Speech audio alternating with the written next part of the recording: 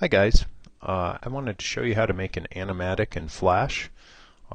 Great thing about making an animatic using Flash, if you're going to make the final animation in Flash, is that you can use the animatic to set out all your sound and figure out your length of the animation, and then just make layers on top of it, hide the animatic when you're done, and you've got your Flash animation all set to the same size. So in any case, I wanted to just show you the setup here. I have a couple pages of storyboards which I'm going to show you in Photoshop, and I break those out. Those are going to get turned into frames. Each of these guys is 1280 wide by 720 tall, which configures with a stage that I've set in Flash. So this is basically HD video, the low end of HD video, which is fine. I've also recorded some audio files so that I can have a little bit of sound going on. For my thinking, it's a little easier to get the audio recorded ahead of time and put it in. It kind of helps dictate the length of your animation for you.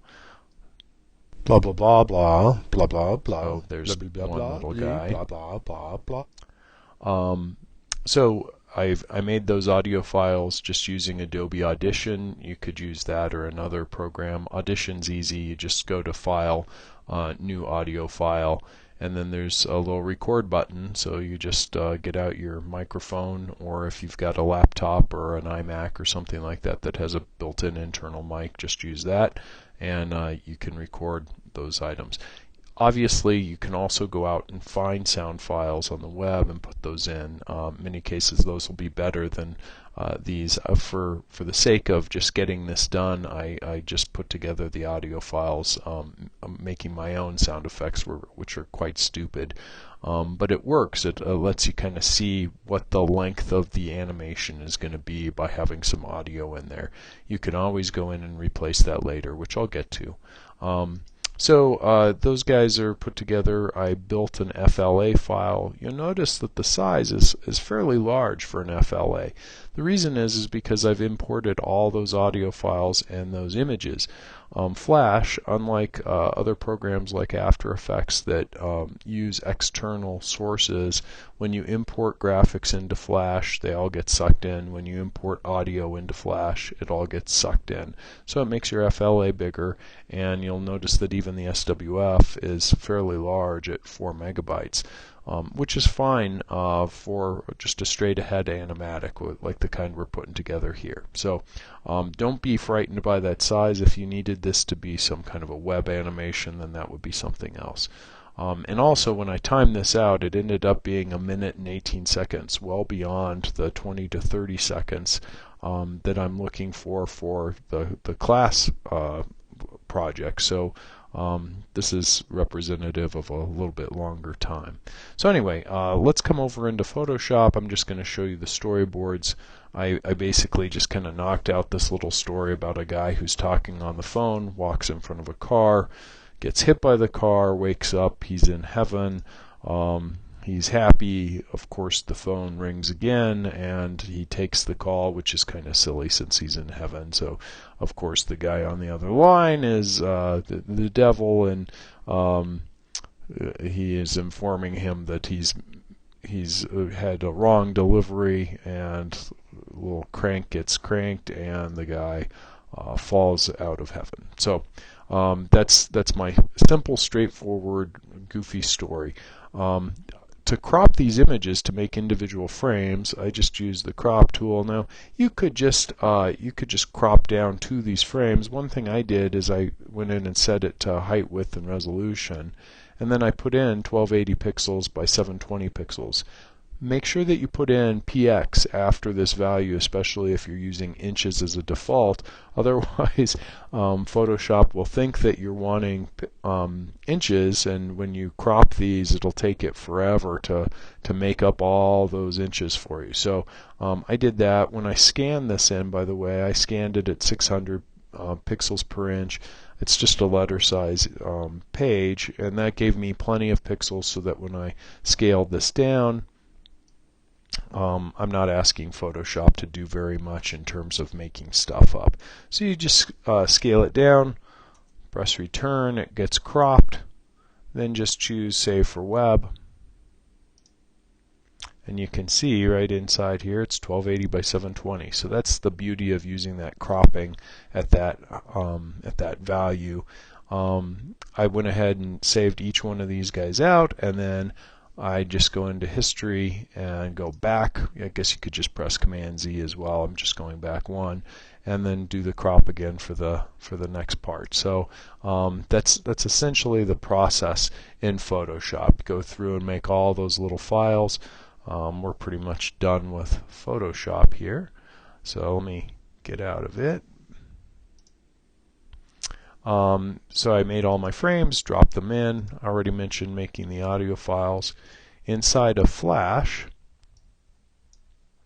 you'll notice again my document width is 1280 by 720.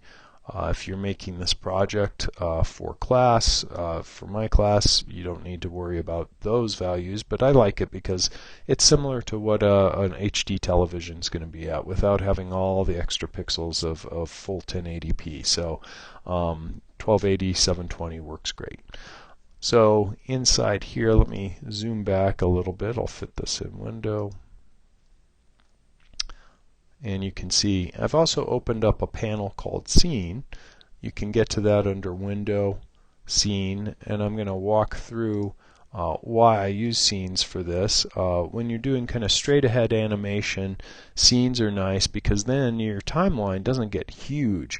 If you've got lots of, if you've got 20 to 30 seconds of animation, you've got a lot of hundreds of frames to deal with. So by working with scenes, I can limit it to just the frames I have, and that'll work. You'll also notice I have the sound in here, and as I scrub it, you can hear the sound too. But I'm going to walk through how I put together these scenes, but making a new scene is easy. You open up your scene panel, you'll have one by default. Whichever one is selected, when you make a new scene, it just drops it down below it. So here's scene 17, and you can tell it just makes a new blank stage. It has nothing on the timeline. Everything's still in your library though, so any symbols that you've made, all of your imports, all that stuff is still there. So that's the cool thing about it. I'm going to go ahead and undo making a new scene. Let's see if I can step back a bit. There we go. The other thing that you can do with scenes is you can duplicate them. So if you get to a scene and you want to make a copy of it, you can just come down and click this little duplicate button. That makes a copy, which you can then put somewhere else in the timeline. And all of the frames that are in that scene are now repeated at another point in the full animation. So this is super handy especially when you're laying out an animatic. You might have to repeat a couple of visuals a few times and put them in different scenes. That'd be fine. There's also cases where I'm putting these visuals in one scene, which I'll show you as well. Let me undo this as well. There we go.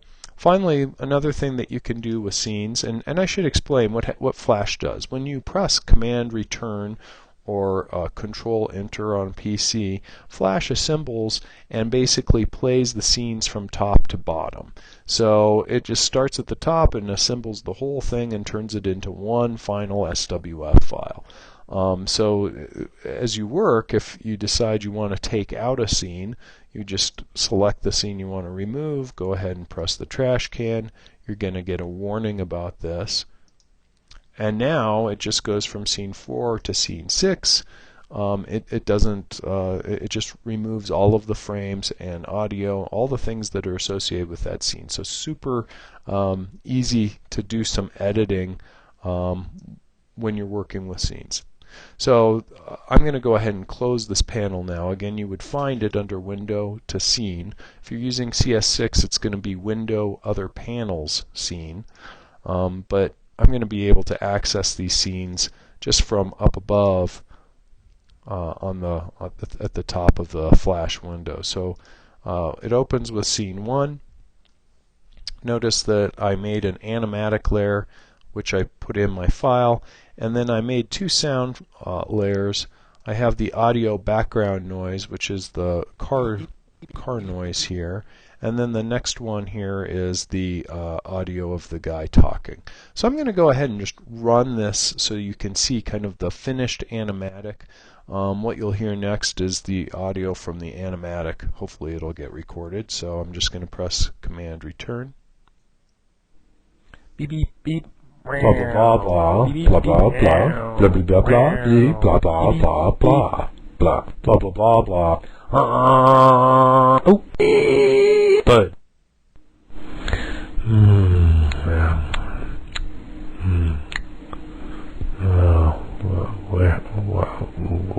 where am I? What's going on? Huh? Oh, these are angelic sounds. Ooh, because you're in heaven. Blue, blue, blue. I have never been a good singer. Ring ring ring ring. Yeah, ring ring. let me just get Ring, this. ring. Blah blah blah blah. Hello, Mr. Humphrey. Yes. Wrong delivery. What?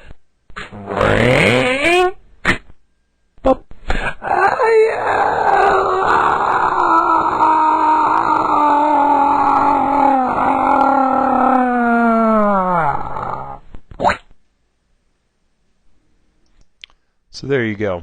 You can see it's assembled all of those different scenes together, put them into one piece, and it's been able to do all of that. I should mention something. A lot of times people complain about the audio quality in Flash.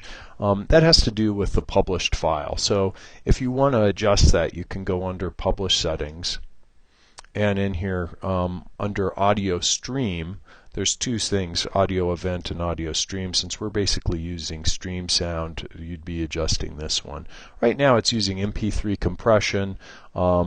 Its bit rate is quite low, quality is fast, and it's setting it from stereo to mono. So that's why it looks it sounds so tinny. You can bump this up if you want. If you go with raw audio, you can have stereo quality sound, all of that stuff. Just be aware that your SWF is going to be quite a bit larger. So this is kind of the trade-off in making a small SWF, is that it converts audio over into that MP3 and makes it a pretty low quality thing. So, but it is adjustable, so you just adjust it in Publish Settings. And it also has stuff about compression for images as well.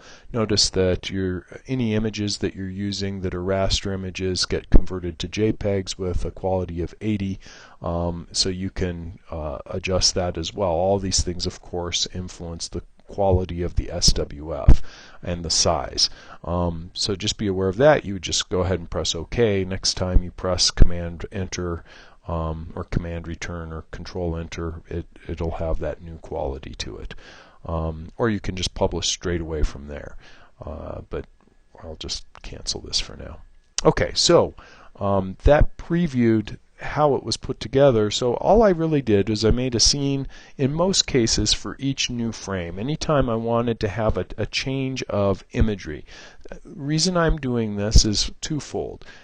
If we put it all together in one timeline with one scene, it's a pain in the neck to manage all of the different items coming on and off the stage. You have to, you might have layers and layers and layers in here of all your different stuff. That's just, maybe you have a item that's only appearing for 3 seconds, and it's 16 seconds into the animation, and you have to dig around in your layers. So you can reduce the amount of layers that you have on the timeline. The total length of the animation or of each scene gets reduced to a manageable amount of frames. So I think the most frames I have in here, maybe 300 frames for a particular scene. So those are some advantages. the disadvantage is I'm using streaming audio, right? So streaming audio means that the audio is synced to particular frames. Well, because of that, then the audio can't go across scenes. If I set audio to an event, and I set it at the end of scene 1, and the audio is playing, it'll continue to play even as it goes into scene 2, which can be kind of nice if you have an audio transition between those two. The drag about events in terms of audio, I'm just clicking on a keyframe, going to Properties. Notice it's set to stream. If I set this to event, it's usually a little off in terms of when it plays that audio. It might play it at frame 51, it might play it at frame 55. So you might get some drifting that happens, so you really have to use streaming if you're doing any kind of lip sync work, because it really needs to line up with the talking at that point. And also if you just need like certain effects to happen at a certain point in your animation or animatic. So that's why I'm using streaming here. But again, it doesn't go across scenes. So what can you do? Well, let's just pretend that this was going to go across scenes. Well, I've set up my audio. Notice it's blah wave. I've set it to stream, which is what I want to do. I can click on Edit the Sound Envelope, and I get this little waveform. Flash's editor is kind of lame here. Let's see, can I open this up at all? I was wondering. No, I can't even. Wish I could expand it. I guess I could zoom out a little bit. There we go. So now at least with it zoomed out, I can kind of look at the audio a bit in here. Now what I could do is, let's say I wanted to run 3 seconds of it here and then another 3 seconds in the other one. What I could do is, for this guy, I'd come to the end and I just slide this back to about 3 seconds. If I zoom in here, I can find it exactly. Yeah, so here I am at 3 seconds. And then I would, in my next scene, set it with a keyframe, import the same item from the library, the same audio guy, and I would instead crop that one. Let me bring this over so that it would begin at 3 seconds. Oops, let's grab this guy. I don't want to. Well, it looks like it's moving both, but that's okay. I'm going to drag this over. There we go. So now this one would come in and start at 3 seconds at the start of the second scene. Now, it's not super precise. I mean, we get a waveform editor. If you wanted to be really precise, I would look at the waveform and find a place where there's a nice little break, like right between these two waveforms, so that if you're off a little bit, it's not going to be noticeable. If you crop it in the middle of a great big bit of sound, that's going to be more easy to screw up if you don't get it right between the two. But you know, what I would suggest, I'm starting to really get nitpicky about this. What I would suggest is to do, if you've got a sound, just have it play in one scene. But if you need it to go across scenes, that's what you do.